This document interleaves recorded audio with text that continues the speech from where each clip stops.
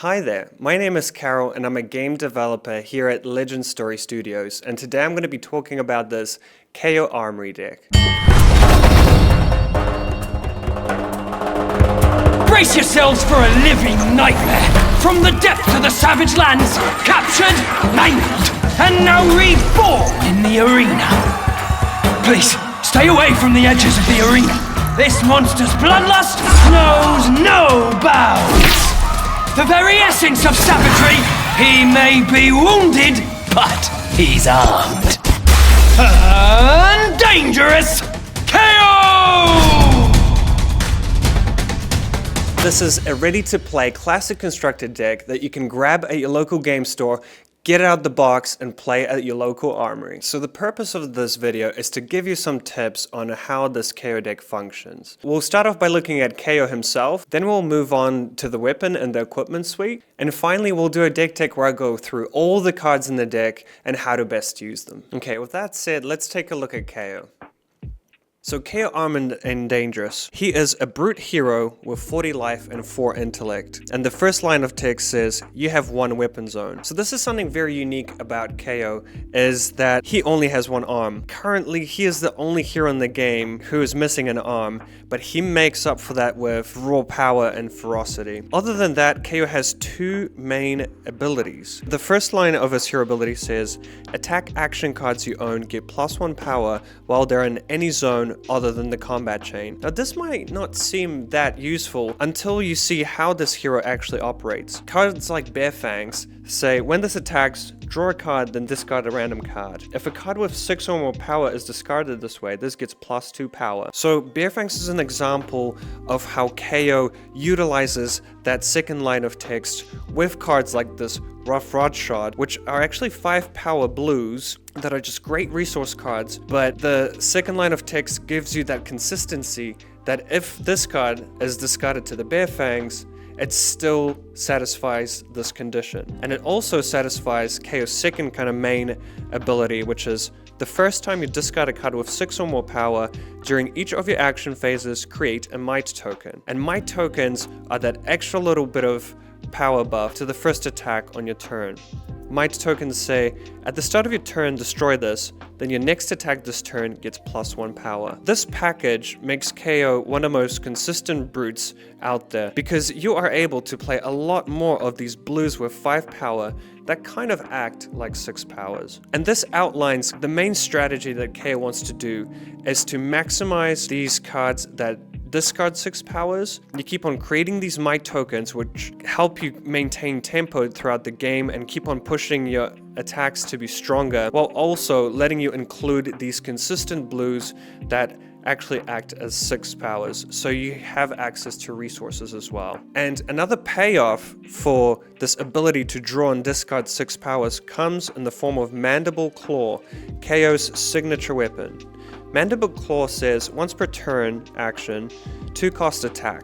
If you've discarded a card with 6 or more power this turn, Mandible Claw's attacks get go again, and this is attacking for 3. So this basically tells you if you've discarded a card with 6 or more power, this gets go again, and you can utilize more from your cards by getting these weapon swings in there. So having a look at Kayo's equipments, we have Tide Tanner, Savage Sash, Beaten Trackers, and Knucklehead. Now these predominantly they offer great defensive ability. Firstly, we have these Battle Worn ones, Tempers, Temper 2, and Battle Worn, just giving Kayo the ability to defend out any annoying on-hits or just defend out damage. But each one of them has a unique ability as well. So firstly, let's look at Knucklehead. And this is a Kayo specialization, so only Kayo can use this head. It says action, destroy this, roll a 6-sided die. Until end of turn, your base intelligence is the number rolled, and it has Temper 2. Now most of the time, this is predominantly going to be used to defend with. Temper 2, and then you defend with it once, defend 2 points of damage, and then 1 point of damage. But if you're feeling lucky, or you want to gamble a little bit, the ability is actually insanely fun. You roll a 6-sided die, and if you roll a 5 or a 6, your intellect actually jumps up from 4 to 5 or 6. This is a great ability if you need to catch up in a game, if you're falling behind and you need those extra few cards to get ahead, or if you're just feeling lucky, you can go for a roll and see what happens. With High Tenor, this has Battle Worn 1. So the baseline is you can defend with it, but this ability lets you present more damage for the following turn.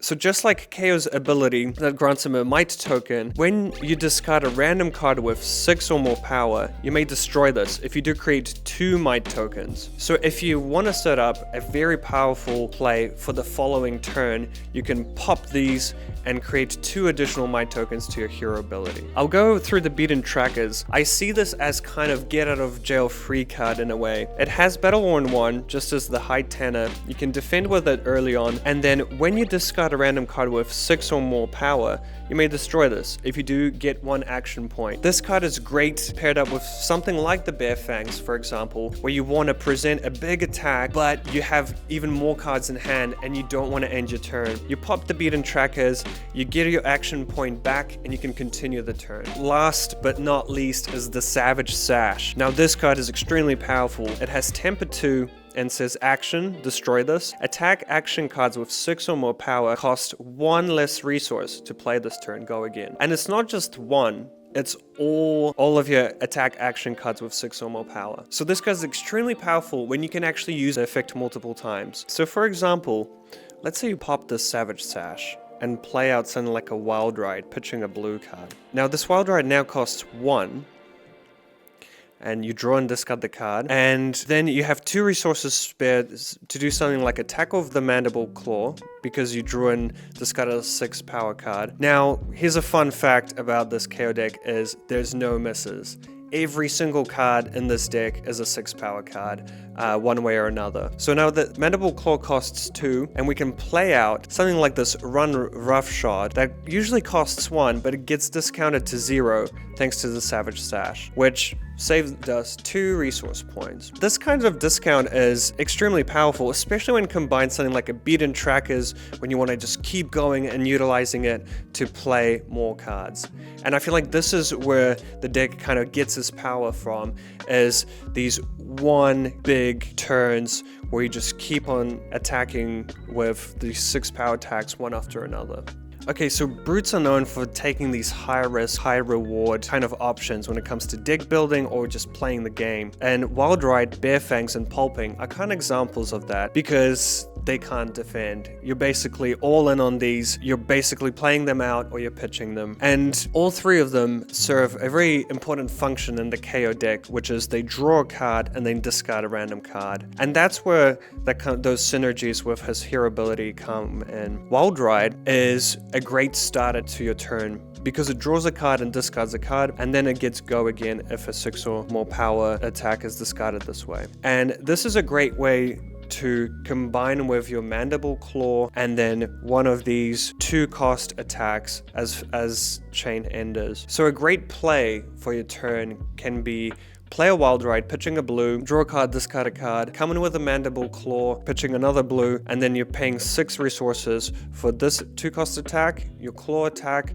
and one of these enders. And coming in for 15 damage of 4 cards is really powerful in Flesh and Blood, and you get to also set up that might token for your next turn. Now Bare Fangs gives up the ability to continue your turn by coming in with more power. So Bare Fangs says when this attacks, draw a card, then discard a random card. If a card with 6 or more power is discarded this way, this gets plus 2 power. So with this, not only are you getting the bonus of 2 power on your attack and you're attacking for 8, also thanks to your hero ability you can get a might token as well. Pulping is very similar to Wild Ride in the sense that it's a draw and discard attack that comes in for 6, but it gains Dominate, making it just that much harder to defend, and it's a little bit trickier to give a go again, because if your opponent defends this with 2 non-equipment cards, then it doesn't get the go again. So you really want to be playing out a Pulping when your opponent doesn't have a card or arsenal,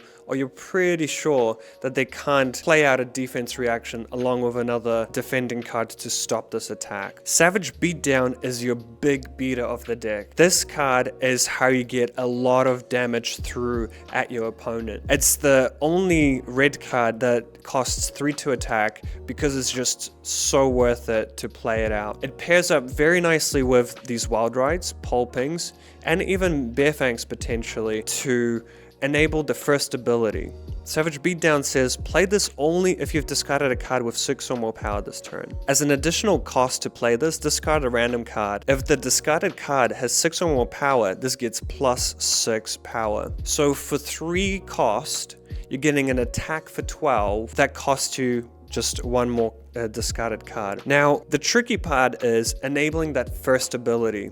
And this is why it pairs up so nicely with Wild Rides and even some of these blues such as Mighty Windup or Agile Windup. And basically it serves as your primary way to push through big chunks of damage. And you can see how having a blue, having a Wild Ride and Savage Beatdown can utilize a Savage Sash very well. By popping the Sash, your Wild Ride costs 1 and your Savage Beatdown costs 2, making a great way to utilize just 1 blue pitch. Strength Rules All is a new card that is featured exclusively in the Kayo Armory deck. It says when this hits a hero, turn a card in their arsenal face up, then banish an attack action card in their arsenal with power less than the damage dealt this way. Now this is one of the few brute on hit effects that are currently present in the game, and this is a great way to get your opponent to start defending. Now if they have a decent attack in their arsenal that they want to protect, they better stop damage on this card. Another kind of useful thing about Strength Rules All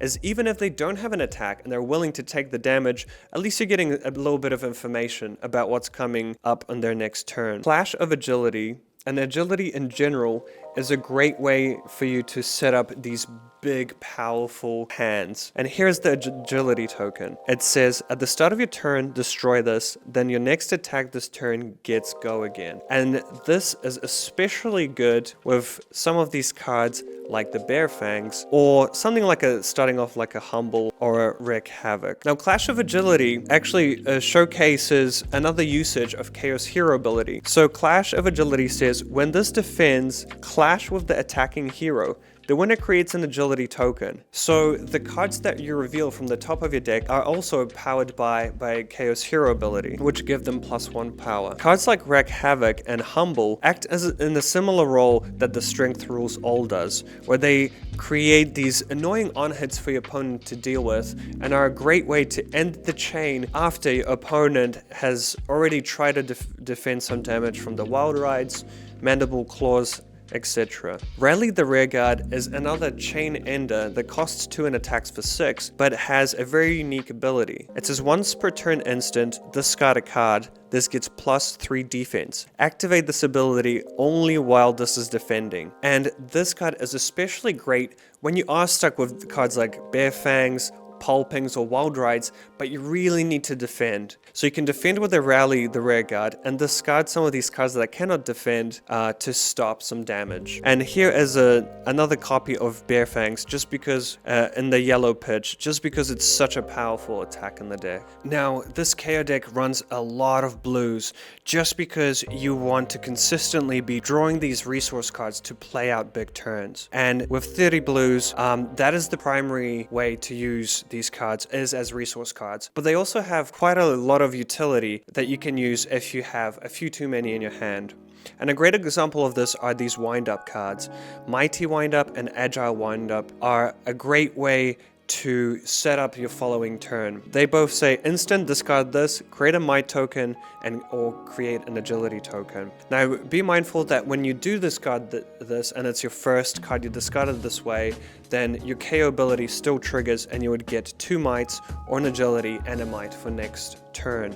And these are just a great way to create big openings for the following turn. But also a neat little trick is to use them in conjunction with this Mandible Claw. So you can attack with a claw that doesn't have go again, and then after your opponent defended or hasn't defended it, you can discard one of these wind-ups to give this thing go again and continue your turn. Battlefront Bastion over here. Now this is another one of these new cards that says when this defends alone, prevent the next 1 damage that would be dealt to this turn. Now it does only defend for 2, but this is because of the added utility of getting that extra prevention on the defense. So you can do something like defend a dagger attack. Let's say you're playing against an assassin. You get to float that prevention effect for the following dagger attack, or maybe they start playing some more cards. And it just makes it just a little bit useful against decks that like to poke with a few attacks. Reincarnate is a great card that replenishes itself if you draw and discard it. So Reincarnate says when this is discarded at random, put it on the bottom of its owner's deck. And this way you kind of get to save your cards for later if you're playing in a game that can play to fatigue. Riled Up is a great attack, a blue attack that you can follow after something like a Wild Ride or pulping, because it says if you've discarded a card with 6 or more power this turn, this gets +1 power. So it turns your blue into a 6 power attack on the combat chain, which is a pretty decent rate if you do have a lot of blues. Both Assault and Battery and Pound Town have that similar role to Mighty and Agile Windup, where you can use their beat chest effects to create extra agility or might tokens. Assault and Battery says, when this attacks, if you've beaten chest this turn, create an agility token. And Beat Chest says, as an additional cost to play this, you may discard a card with 6 or more power. One little fun interaction with these two is if you've played an Assault and Battery, and you have paid the additional cost of Beat Chest, then the following attack with Beat Chest, like a Pound Town, already has that clause fulfilled. Wrecker Romp is the only actual blue attack that has 6 power, and this is especially useful against decks like something like an Illusionist, maybe Prism, that really cares about not having the 6 power against them on the combat chain. Because despite all these blues fitting your deck as a 6 power card, they don't actually work as poppers against the Phantasm. But this Wrecker Romp does, and that is a great card for those specific matchups. Smash Instinct says, when this attacks, Intimidate. Now this is a great way later in the game when your opponent is low to strip away their defensive cards and push through damage. Now Intimidate says, target hero banishes face down a random card from their hand. At the beginning of the end phase, return it to their owner's hand. And this basically allows you to dodge one of their defensive cards and hopefully have enough damage to push through and close the game. Run Roughshod, we've seen before. It's just a great power play in the blue because it costs 1 and it comes in for 5, which is a great rate. And the only kind of tricky thing about it is it says play this only if you've discarded a card with 6 or more power this turn, which in this particular deck is extremely easy to enable. Also, one of the most important parts of the blue base is the fact that most of these cards defend for 3. So these are primarily, if you see multiple blues in your hand, you can probably just use the rest to defend out with and use that 1 or 2 blues that you need for the turn to make everything you need to happen. Now, if you would like to upgrade this Kayo deck and make it even more powerful, I recommend checking out cards in the Heavy Hitters booster release, because Kayo was one of the heroes featured in that set, and there's a lot of good, especially Majestics and Legendary cards that can make this deck even stronger. Some of the cards I would consider replacing or adding in are cards like Cast Bones, which could probably take a place of this Wreck Havoc. Cast Bones gives you a lot of power into the deck by creating might tokens and agility tokens, but it does add a non-6, non-attack action card that can add an element of risk to the deck. Rarely the Rare Guard can be replaced by Runner.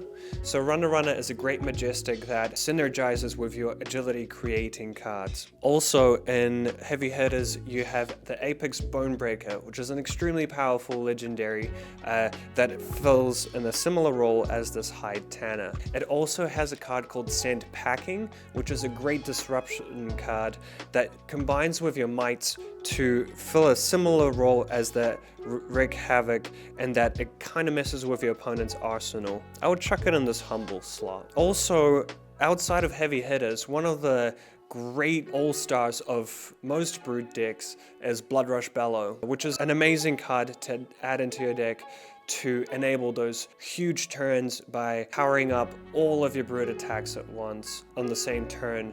So you can start off with a Wild Ride for 8, come in with a Claw for 5, and finish off on a big attack, something like a Bare Fangs for 10 even. And that's it. Now I hope that this video has helped you understand how this Kayo deck works. Kayo has been performing really well in the pro circuit, being picked up by a lot of pro players. So I do think it's a great deck to pick up, get better and better, and continue your journey on the competitive scene.